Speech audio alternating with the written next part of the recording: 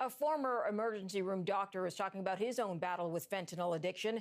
Darryl Gebien first used opioids back in 2013 to treat a back injury, but he became hooked on the highly addictive painkiller we now know as fentanyl and began forging prescriptions to use the drug.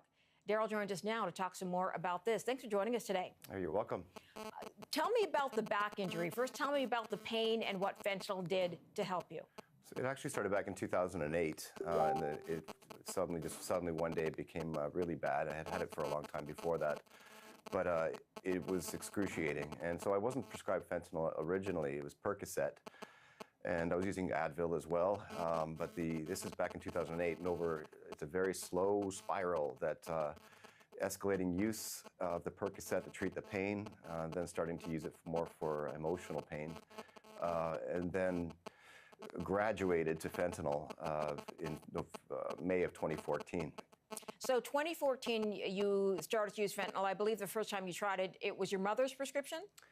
Yeah, she had given me a few patches because I had told her I was in pain, so I kind of misled her. And what was that like? Was it a different feeling from that drug, a different kind of relief than you got from the Percocet? Yeah, well, fentanyl, when it's worn properly, transdermally, so a patch on the skin, it's an excellent medication for people who are in chronic pain. However, I abused it, and I took it an improper way after I Googled it. So this is in the depths of my addiction, and yes, it was incredibly powerful, very strong.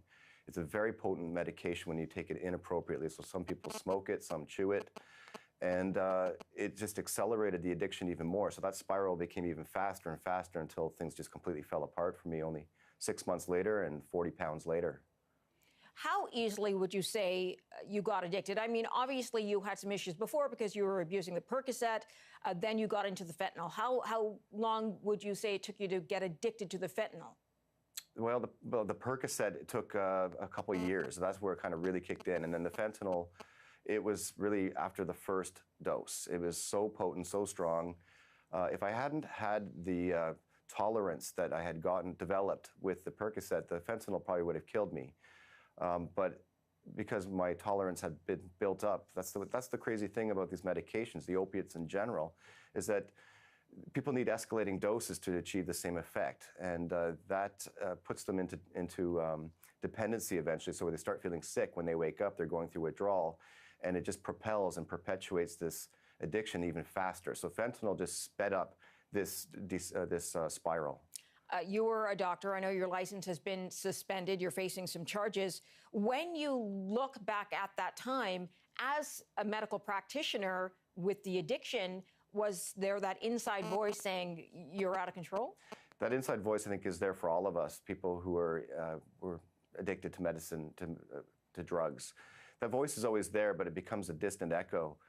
The addiction is driven by this, the more primitive parts of our brain that completely overpower that. So any sort of rationale and using my conscience, I ignored it. And that's something that I've learned in recovery, that if I just pay attention, my conscience knows, and so it's a big change there. But it took some time to get there. So listening to my conscience, doing what I think is the best right thing, and that has led to good things. So good things have happened in recovery, but in addiction, yeah, that voice is very quiet. Let me ask you quickly about recovery. What was that like, Darryl? The beginning was, detox was absolutely harrowing, like petrifying is an understatement for me. I don't want to discourage others from going through it. I just happened to go through a rapid Suboxone wean. So that's the medication they used to get you off of it, and it was rapid. So at first it was harrowing, extremely difficult, but I got through that. It was 32 hours of pure discomfort. And then throughout recovery, though, I mean, like, it took 6 months to get over the body weakness, 18 months to get over the psychological parts, like the anxiety and just difficulties just focusing. My mother would notice that I wouldn't get things, the fight wasn't in me. But eventually it's like an onion, and like one layer, the veil would just come undone, and I'd feel better. And one day just things started becoming better slowly but surely, and I'm getting stronger and stronger now. It's been over 2 years, and I feel like I'm at the peak of my life now. Lucky to be alive.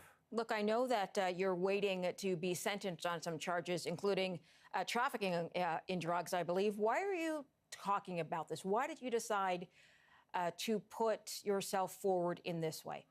There's an opiate crisis happening right now. Regardless whether I have my medical license or not, I still care about people. That's step 12 as well of a 12-step program. And the truth is out there. Like, it just occurred to me one day that how can I really get hurt any further? I've already lost so many things, and the important things come through, but my medical license is on hold. It actually hasn't been revoked. It's on hold until I sort that out. My legal battles are in the public eye.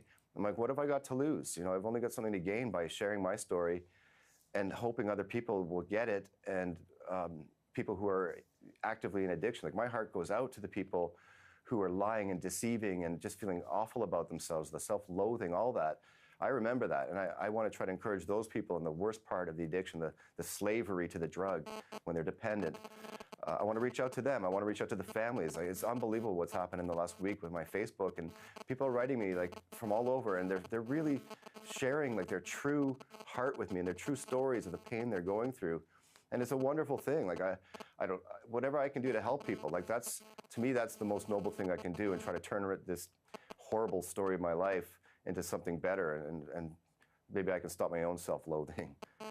Look, Darryl, I'm glad you joined us today. I am glad you're feeling a lot better and doing a lot better. And thank you for sharing your story. I know it can't be easy to do. Thank you very much. All right. We wish you luck. Darryl Gebien joining us today in Toronto. Thanks for that.